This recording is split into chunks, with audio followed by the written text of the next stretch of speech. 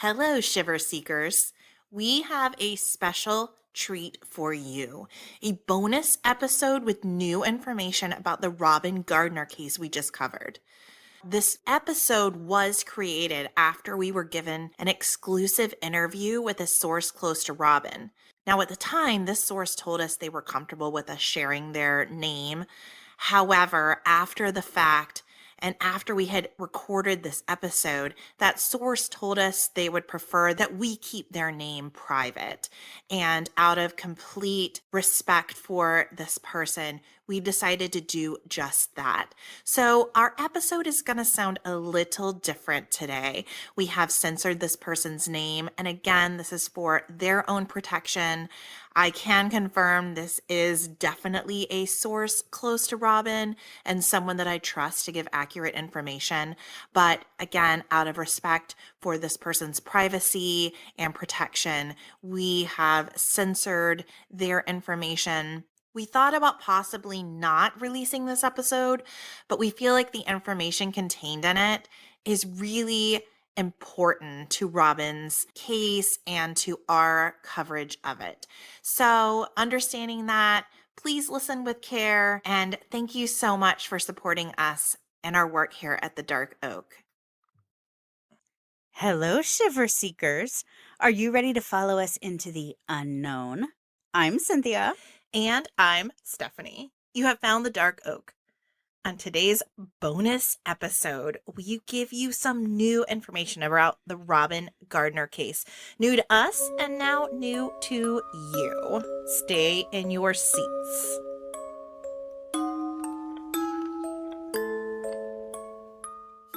Welcome to the Dark Oak, the mystery podcast with purpose. Each month, through our charity called the Branch of Hope Foundation, we give a portion of earnings from our Patreon and our sponsors to a nonprofit organization related to the first episode of the month. To find out how you can be a part of the movement, head over to thedarkoak.com or stay with us until the end of the episode and we will give you all of the details. Girl, our first bonus information episode. I don't think this has ever happened before. You and I really try to get all the information before we write and record, but you know, life happens. Bonus. It sure does. And when you called me yesterday telling me that you were able to speak to and you got some of our questions answered, man, boy, did I have a list of questions for you. So I'm hoping you can answer them today. Well, it's true. I mean, I don't exactly know what happened to Robyn. I don't have those kinds of answers, but there were a lot of questions as we were going through Robyn's life, things that just didn't seem to line up, things that didn't seem to make sense. And was able to kind of put those together better for me. And now I have a better picture of who Robyn was, which is truly my whole reason for reaching out to the beginning. We always try to really advocate for our victims and get to know the family members. And so I had reached out to quite a while ago, and unfortunately we just weren't able to connect. But when I had the opportunity to, of course, I said, when can we talk? And that was yesterday. And now we're doing this last minute recording session about the new information. And thank you for being so patient with me. Turns out this morning, so I have 3 little puppers and my oldest girl has had to go to the groomer this morning. And so we only have our little puppy here and he's having a bit of separation anxiety from everyone. So we've had to start and stop this recording several times to accommodate the puppy who was first barking and then dragging his bone along the floor. And then I tried to hold him and he kept bumping my mic multiple times. So you know what? This is all new experiences for us. It is. And if you hear a little puppy howl in the far, far background, you know, that's Little Rascal. Little Rascal. Guys, he's a long-haired dachshund. If you don't know what those are, they're like my heart dog, truly. But he is a little rascal. Okay, so I'm not really into I grew up calling him the hot dog. Yeah, it's the long dog. Of course. I'm not really into the hot dogs until I met Rascal. And let me tell you, this one has me converted. He's precious. He stares into your eyeballs like he knows what you're thinking. Oh, which makes it even harder for me to be like, okay, puppy, we tried you in the pod lab several times. It's just not working. So I try to give him all of his favorite things out there. Hopefully he's out there singing like Julie Andrews, I think of my favorite things I really hope that's what's going through Little Rascal's mind right I'm now. sure it is. Not at all. Not at all mad at us for kicking him out of the pod lab. Fingers crossed. Me especially, because I'm the one who... It's like, this is not going to work, Stefanie. And Yeah. you will thank me in editing. Cynthia kept saying, do you hear all that banging on your mic? I'm like, no, not at all. Everything's great. I got a puppy in my lap. I got puppy breath. I'm talking about true crime. She's like, yeah, it's not working. It's not working. And listeners, you will thank me. And Stefanie, you will definitely thank me when you go to edit this episode. All right. Well, now I'm more focused. I'll just have to give Little Rascal a little pup cup after we finish recording. Yes. He deserves it. Poor But baby. yes, I know, sweetheart. But let's get to it because I can't wait to share. I can't wait to hear. And please tell me you know what Robyn was wearing under her dress.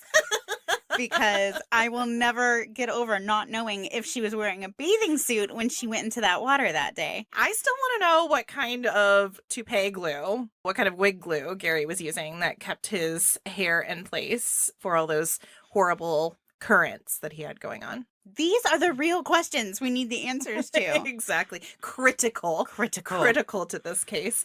Okay, so I don't actually have the answers to those questions, but I do have some other information that will kind of help the story flow a little better. Again, I wish I had this information prior, but you know what? We're sharing it as it's coming. Breaking news here. And now you get a bonus episode. A bonus episode. Now, to preface, if this is the first time you're hearing the name Robyn Gardner, first time you're listening to us, please do not continue with this bonus episode. Go back and listen to part 1 and part 2 of Robyn Gardner. I mean, I can do a bit of a recap here, but this is not going to give you all the information that you need. But to just kind of remind you of the players, Robyn was a 35-year-old Maryland native that traveled to Aruba with a traveling companion named Gary Giordano. The toupee-wearing Gary Giordano. Now, she was currently dating Richard Forrester, and he and Robyn's family were unaware that Robyn had travel plans at all, and definitely didn't know that she had travel plans with Gary. And we weren't even sure if Richard knew that Gary existed. Exactly. So these are the little tidbits I was able to get through. Okay. Now, on the second day in Aruba, Robyn vanished, which is why we're here today. Gary claimed it was a freak snorkeling accident and Robyn was swept out to sea, but there continues to be suspicion on Gary's involvement in her disappearance for very good reasons. I would say so, yes. He's not my favorite guy right now. Now, again, yesterday I was able to speak with the two of them, especially bonded over their love of travel. The two traveled with their family and together both internationally and domestically. And this actually gave me a little insight into Robyn and her choice to travel with Gary, because we weren't exactly sure what kind of went into that decision making. But the fact that she not only was comfortable with traveling, but enjoyed traveling gives me some more understanding about why she was quicker to accept Gary's invitation to go to Aruba. I see that. And what jumps out to me is she had told Richard, her boyfriend, that she was traveling with her family, which it sounds like they had a history of doing. So that makes that kind of story a lot more believable for Richard. Exactly. You can see how it was like, oh, okay. And she would have been very comfortable. Like, I mean, I'm not going to call you out too much, but if somebody sprung on you a last minute trip to Aruba, I think you would have some thoughts. Medication would be needed. There's a lot going on right now. So, but for her, that would have been a very natural part of her life. That would not have been an uncomfortable thing to do. Right. For the two of us, when we were going over Robyn's case, there were also question marks when it came to Richard and what Robyn's relationship was with him. Everything I had read leading up to this case called Richard her boyfriend. And in some ways he was. However, they were not exclusive. And I think this is pretty critical into understanding this case and where Robyn was. Because I think there was some implication that she was stepping out on him, was cheating on him, was being unfaithful. And that's just not the case. And certainly, again, that was the information that we had in part 1 and part 2, but I don't want to leave people thinking that, this was just a huge deceit. Now, granted, we do know that she still wasn't fully honest with Richard. She did say she was traveling with her family, not traveling with Gary. But at the same time, he did not and should not have had this expectation of being exclusive. Okay. And so this could explain why he did not come across as angry or upset when he learned that she was with this other man. Because I remember thinking like, oh, he's being nicer than I would be, but this could explain that. Right, like forgiving. And as it turns out, there really wasn't anything for him to forgive. They just weren't monogamous. They weren't monogamous. Okay. Exactly. Now, certainly she this is going to make me sound so old, but certainly it appears that he was her main squeeze, if you will. So she kept her belongings there. She kept her cat there. When she had her dental hygienist job before she was let go, it was closer to her office, so she would stay there during the week. So this is certainly a place where she was comfortable staying and would spend the majority of her time. So I see how, just from the casual observer, you would give him the label of boyfriend. But for Richard and Robyn, this was not an exclusive situation. So it's like Hugh Hefner and Holly Madison. Yes. She was the main girlfriend. The main girlfriend. Exactly. Gotcha. Now, to further that, I did ask about the relationship between Richard and Robyn. So we know that it was kind of open, but were they lovey? Were they comfortable? Like, what did that look like? And honestly, didn't paint the most beautiful picture of their relationship together. Unfortunately, Robyn had a history of being in abusive relationships with not the greatest guys. Oh, okay. Right. As a matter of fact, one of her past boyfriends even broke her arm. Oh, so we're talking really bad relationships. Really unfortunate relationships. Does have a distinct memory of her mother really disliking Richard. Interpretation of that is that Robyn had said something to her mother about Richard that had kind of set her mother's teeth on edge when it comes to that. So no specifics about that relationship, but it may not have been as rosy as, again, the media wanted to portray it. It's not as cut and dry as the media would like us to think. Well, it's amazing how just one new perspective can change, because I remember talking like during the original recording, we were talking about how Richard just sounded like a saint. Yeah. Because that's what your research had all pointed to him being. And so it's interesting to get this new perspective and find out that maybe that wasn't the case. And there's always two sides to everything. And this is why I tried to reach out to originally, because I wanted to make sure that I wasn't being biased or impartial. And you and I genuinely do our best to fact check as much as we can, but we're human, for one. And number two, I just do find that one outlet starts their narrative and then everyone else follows suit. And it's really hard to hear any opposing opinion. It's hard to read those. It's hard to find those. Okay, next, I remember you and I had questions about how close Gary and Robyn were before she decided to accept his invitation to travel to Aruba. Yes. So this was a huge point, right? A huge point was this, did she just meet him in Aruba? Right. And at that point, I had said Gary had said they were friends for over a year, but I had not seen where they had met each other. Confirmed for sure they definitely were not only friends, but had met in person many times. So Gary was telling the truth. Yeah, Gary was telling the truth on this one. Gary produced photos and videos of the two of them together. They had absolutely known each other, had been together, had been physical together, had been intimate together for definitely a year. Okay. Which well, that was a big things. Question that we Changes had. Things, right? It does. Okay. Because it gives you more insight into why she would be willing to take this, what we considered a last minute knee-jerk trip to Aruba. And it really wasn't that. She was used to traveling. She was already friends with Gary. This is someone she had been used to spending time with.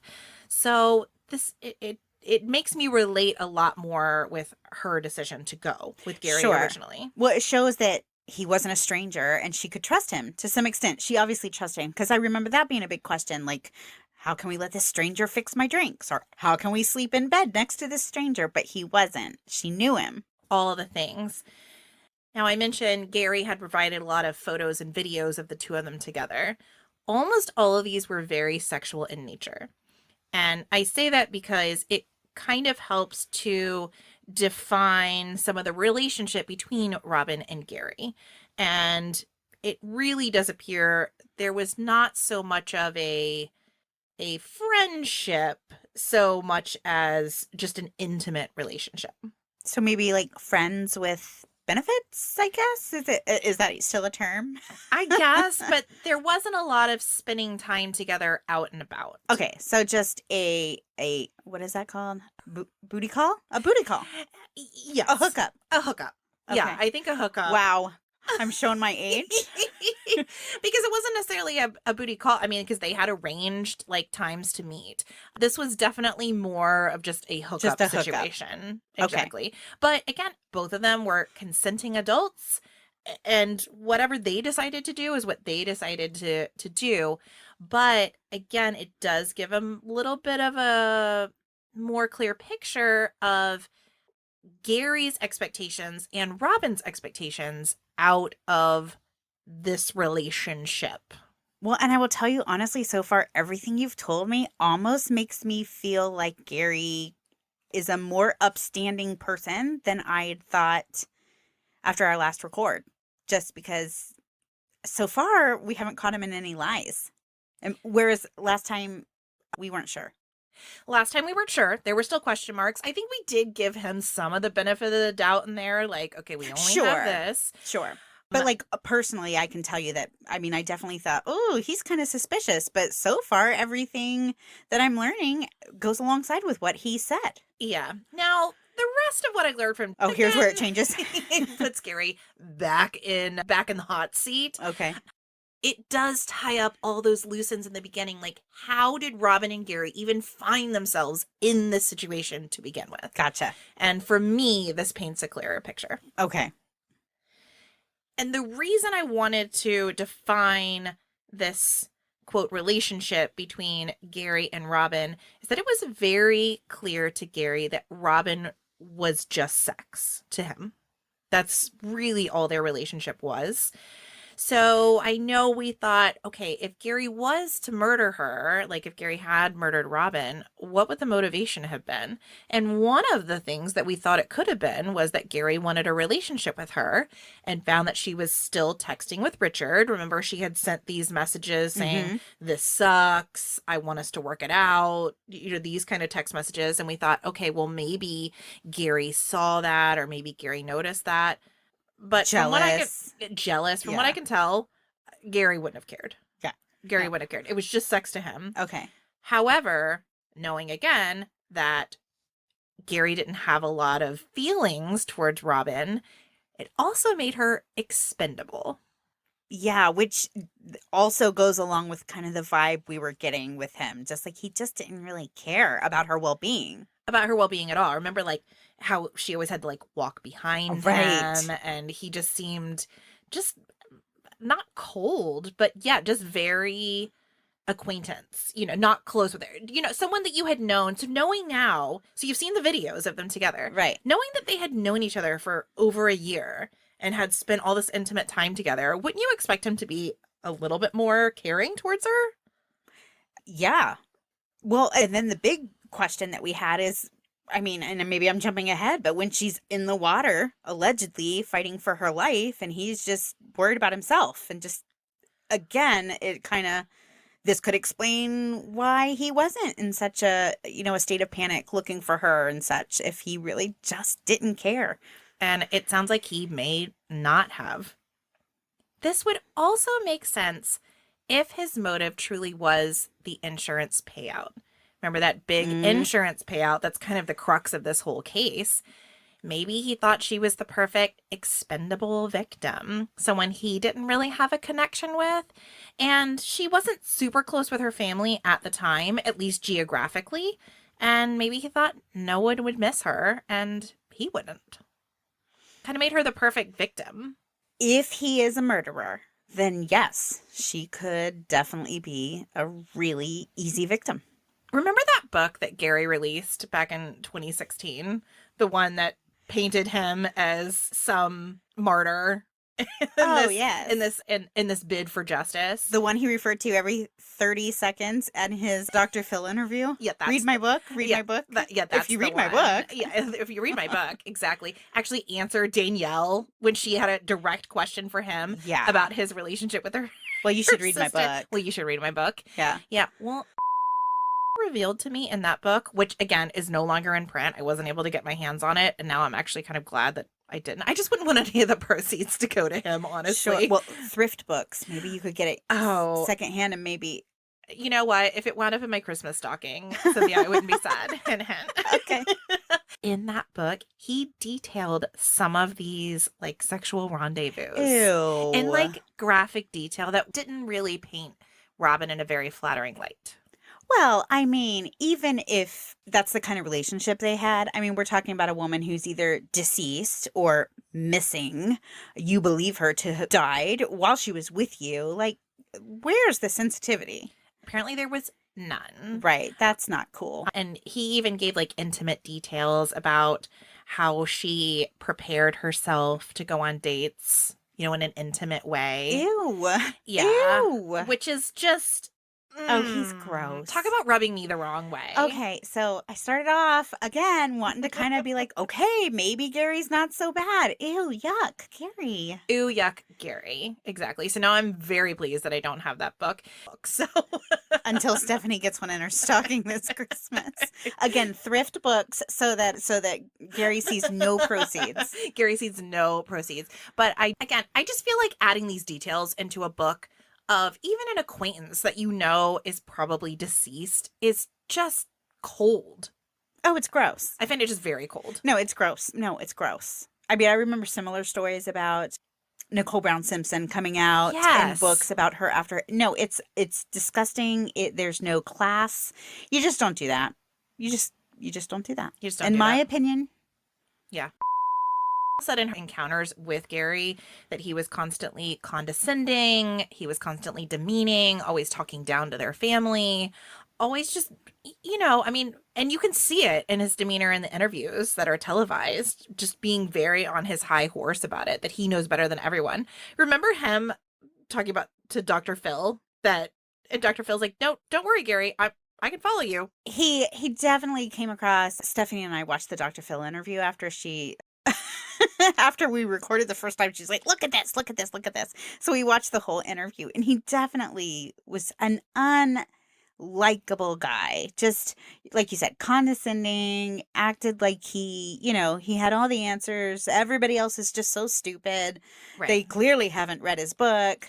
Like, just, yeah, he's just a gross guy. Recalls a story where Robyn's mother was in Aruba looking for her daughter with Aruban authorities. And of course, Gary was still there. I just got chills. Just, ugh. Okay. Knowing that they were together there in Aruba. And Robyn's mother was, of course, talking to Gary about what could have happened, you know, asking again, like, what else do you know? Where else can we look? And she said Gary looked at his watch and then looked her in the face and said, well, whatever happened, I'm sure she's dead by now. Oh my gosh. How do you say that to someone's mother? I tried, Gary. I went into this like, okay, maybe we're going to learn some stuff about Gary. No, I just don't like him.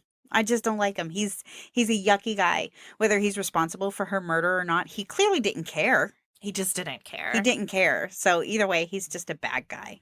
And then there's the issue of Gary constantly changing his stories, which isn't that like the hallmark of just a liar? So it is, but this is where you and I kind of differed, because I remember you were like, okay, he's got 4 different versions of what happened. And for me, in my opinion, 3 of those versions were like the same story, but he was just using different verbiage. But overall, it was the same story.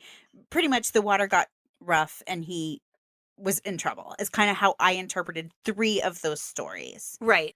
And then there was that random outlier about the big storm that had popped up. Right. So that's, for me, the stories didn't have the same impact that I know it did for you. Okay. That's fair.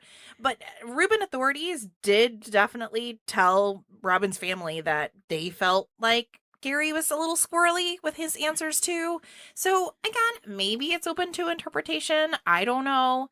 But either way, we do have like pretty concrete evidence that the waters did not get rough that day. Right. There was no storm. There were clear waters. They were able to look overhead and see down and see the different marine animals. So it may have been, in my opinion, 3 versions of the same story, but the story was still false. Yeah, there was definitely no storm. Right. Now, could there have been a rip current? Could there have been a weird tide? Yes. But because it was just past, like, if I remember correctly, this area where they were snorkeling was really safe until it wasn't. And there was a very like thin line. Yeah, that's true. That's true. But again, it just, I don't know. But then there was the whole thing about the socks and the shoes. Yeah, he went in fully with socks and shoes on. Tennis shoes, like big, bulky tennis shoes, went into the ocean. Yeah. Weird. Yeah. Did ask the Aruban authorities, like, okay, out of all these stories, is there one that you think is the real one? Mm-hmm. Well, the real Slim Shady, please stand up. Well, Gary's real story, please stand up, right? Right. And they said they had pieced together some theories on their own. Of course, they didn't share exactly what those theories were because it's a working investigation, at least at that point. But unfortunately, none of it is able to be proven, which is why we're here talking about this. It's still a mystery what happened to her. Remember, we had talked about this too. His shoes were wet. However, his body and his hair were not. I couldn't tell by looking, but I do remember that you felt like he didn't appear to be wet, like from the shoes up to you. Right. But his shoes and socks were definitely wet. Right. And again, the reason he had them on to begin with, I'm not exactly sure, but if he was disposing of a body, it would make sense that his shoes would be wet. Oh, sure. He would have waded into the water.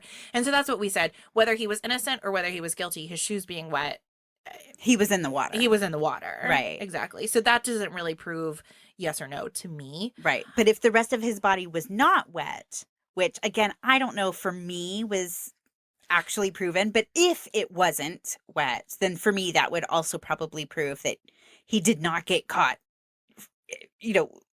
fighting for his life. Well, right. And it is hard to tell on the camera whether his body is wet. Mm-hmm.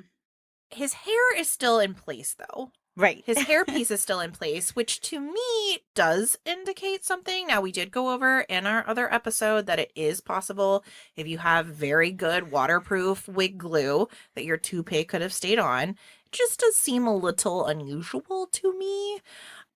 And also, it is funny, like even on the Dr. Phil interview, Dr. Phil says, "You don't look wet to me. You're not leaving wet spots." And he just keeps referencing, he's like, I was wringing out my socks. So somehow to him, the fact that his shoes and socks were wet proves that he was in the water fighting for his life. To me, it shows he was in the water, but it doesn't show he was fighting for his life. The socks and shoes alone, I agree with you, don't prove that he was, fighting for his life. Right. Now, this leads me to the most important detail I was able to get from. Remember those critical insurance documents? Yeah, they were really an important part of this case. Yeah, and we found it was very unusual that Gary's beneficiary was Gary's mother. And he said this was to protect his children in case something happened to him. Which makes sense. Strangely enough, Robyn's beneficiary was Gary. Which makes less sense. However, he explained it by saying that she no longer had health insurance because she had been laid off. So if she was to somehow get sick or something in Aruba, that he would be able to pull on that insurance in order to help her. And I will say, if you are taking on the financial responsibility for somebody on a trip and you're already pulling out insurance for yourself, then maybe he could ask and say, hey, do you want me to get this for you in case something happens? It still doesn't make sense that he's the beneficiary, but I guess if he's the one paying for it, And I will say, for me, his story is a little more believable. You'll have to go back and listen to the first ones if you don't really know what we're talking about. But the idea that he got this policy with him as a beneficiary is a little more believable, knowing that she is not in a monogamous relationship with another man back at home. Like, they did have, you know what I mean? Like, it sounds like Gary and Robyn definitely had more of a relationship, however that, played out, than we thought they may have before. Does that make sense? It does. It does. So the idea that he wanted her covered for insurance seems a little bit more plausible to me now. Now, in order for those insurance policies to go through, each of them had to sign their own policies. And Gary confirmed over and over that he signed his policy and she signed hers willingly, knowing that he was the beneficiary for all those reasons we just went over. He's financially responsible for her on the trip. Again, it's not like she would have had a different beneficiary. It wouldn't have necessarily been Richard because they're not in a monogamous relationship. All these things. Right. Which, on its face, does it explain this? Maybe. It's still unusual, but is it unheard of? I don't think it would be, impossible. Let me see if this detail changes your mind. When Robyn signed her insurance policy, instead of signing her name Robyn as her name is spelled, she misspelled her name and wrote it Robin. No, Stefanie. No. Does that change your interpretation of these insurance policies? No. Wow. He didn't even spell her name right. I mean, wow. Yes. Does that change your perspective? I can say that fully convinces me that Robyn did not sign her policy. It would lead one to believe her signature was forged. Do with that what you may, but oh man. Yeah. Now, again, as we said in the other episodes, the insurance company, they've already gone to court. Gary got no money from these actual policies. But again, you have to look at motivation. He signed them believing he was going to get money from these policies. It really makes that motive seem a lot more plausible. Ooh. Oh, and again, just what a yucky guy. Just what a yucky guy. Forging her name to an insurance policy she may have known nothing about, quite frankly. She may have known nothing about. That's absolutely true. Gross. Now, could he, again, if you believe in his innocence, which I don't know that many people do, but say you're on that side of the fence. I mean, again, I'm not saying he for sure did it. We don't know. Maybe he forged it with her consent. Maybe she wasn't able to make it there. You know what I'm saying? I mean, maybe there are other explanations here. We don't know. We don't have Robyn's perspective. So I'm not saying for sure that he forged it without her consent. However, it doesn't look good. It doesn't look good, right? It doesn't look good. No. And why not say that after the fact, especially after the insurance has been denied? Because I can understand if he admitted, yeah, no, I forged her signature, then the payout will be denied. But now after the fact, after it's already been denied, maybe just be like, yeah, okay, so she told me to forge her name. But again, this has not been released. This is not public knowledge. I did not read it anywhere. So knows this, but nobody else is talking about it. Well, we're talking about it, but well, and it may have been because, again, it was a lawsuit between Gary and the American Express Assurance Insurance. And so I imagine a lot of that information was not made public. Right. But oh man, that right there, that little tidbit. Yeah. Ooh. And again, I mean, I'm sure Aruban authorities are aware of this, but because of the nature of how Robyn disappeared, they're just not able to prove anything. Well, we don't even have a body. We cannot say 100%, unlike Gary, that she's deceased. I mean, Gary told her mom that, but you know what I mean? We can't say that. We don't even have a body. I mean, I believe that's probably the case. And no evidence. Right. Did confirm that Robyn's dress was found on the beach. but she thinks that Gary kind of staged the scene afterwards, that he laid down a blanket, laid down her dress, laid down her sandals, and kind of staged the scene there. Wow. Here's the thing. I can't say for sure whether I think he's murdered her, right? But it almost, to me, either she was with somebody who's just a yucky person who obviously didn't care about her, who didn't like put her needs and he just didn't put her where she needed to be on his list of priorities. And that's heartbreaking, regardless of whether he murdered her or just let her die. I think that's kind of the same conclusion we came to. We're recorded the same thing. It's just it's hard to know she was with someone that treated her with such callousness. Yeah. Yeah. Now, did reference a TV show called You the Jury. Have you heard of this before? No. I think it only ran for one season. It's called You the Jury, and it aired on Fox. And it's one of those courtroom shows where you get to go before a judge and debate there was a prosecution side and then a defense side. And so it's almost kind of this mock trial, if you will, that's televised. And Danielle, her sister, went on there with her attorney against Gary and his attorney, who was Jose Baez. That's right. Oh, yes. I forgot about Jose Baez. Jose Baez. And she brings up many of these points that I'm telling you now. So if you're really interested in this case, first of all, go see the Dr. Phil interview, which it's a bit nauseating. I was not able to find this You the Jury online when I looked for it. There's a lot of additional details that she's able to bring up. And I hope this isn't a spoiler alert, but Danielle won her case against Gary that he was responsible for her sister's death.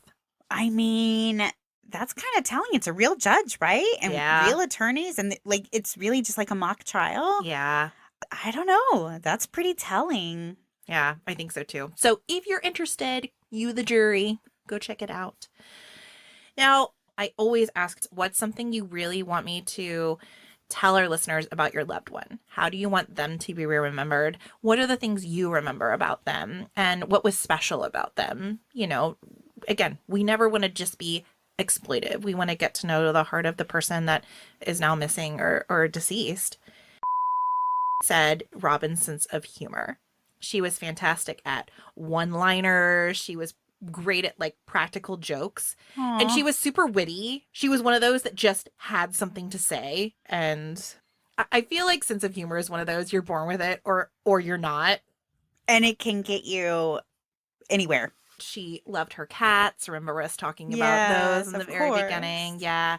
And that she just really loved this red carpet lifestyle. She loved great clothes and makeup. She loved to have her hair done. She loved to just kind of feel like a movie star. And I feel like that's a part I can kind of take from Robyn a little bit. We all need to be kind of the star of our own lives, right? Oh, yeah. And that's kind of where I leave you on this bonus roller coaster episode about Robyn Gardner. So again, I don't have the key to what happened to her, but I feel like it helps put more things in perspective. There are fewer question marks in her case for me. Oh, sure. Several of the questions that I literally asked you in our parts 1 and 2, you have now answered for us because of the information you were able to get. I appreciate so much taking the time to speak with me and to share and bits about Gary and Richard too, who were some of the final people to be with Robyn in her last days. So that's where we are. Wow, that's really sad. I mean, no matter what happened, a light that went out way too soon. So, and a family that's left behind missing this person. Absolutely. And loving this person. That's awful. So my thoughts and prayers will be with her family for sure. Yeah, as always. Well, listeners, thank you so much for listening. And, if you want to help us out here at the Dark of Oak.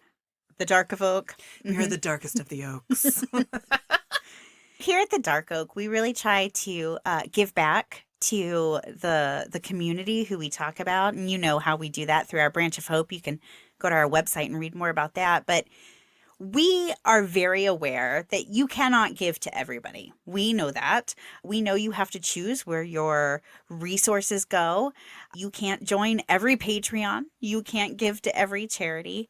But we would just like to ask you that the next time you do look for a place to give, maybe you might consider us. We have a Patreon. We have 3 different tiers with some bonus episodes and some goodies and different things that you can get. You can go to patreon.com and look up the Dark Oak podcast there. There's a little search engine. You can look for us and you can read about our different Patreon tiers and what you get with each level.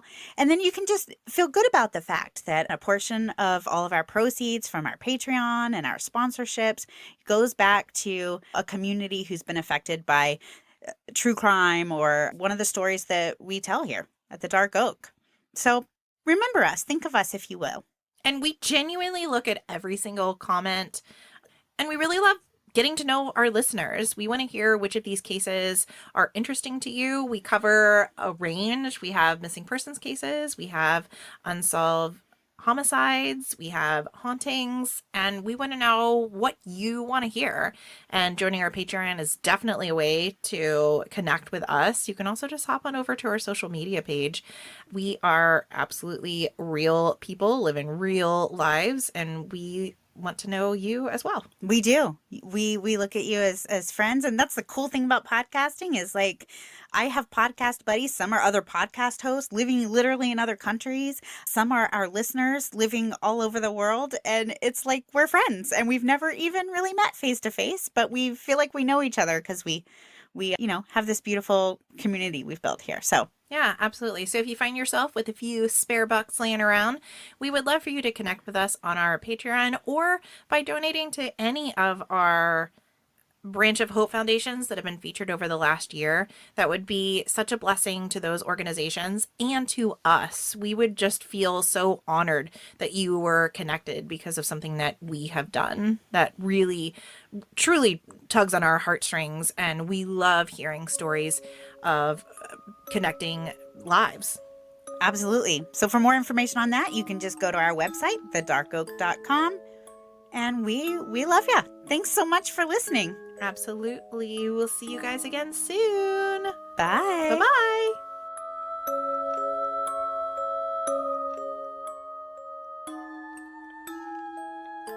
This episode of The Dark Oak was created, researched, written, recorded, hosted, edited, published, and marketed by Cynthia and Stefanie of Just Us Gals Productions, and made possible by you, our shiver-seeking listener.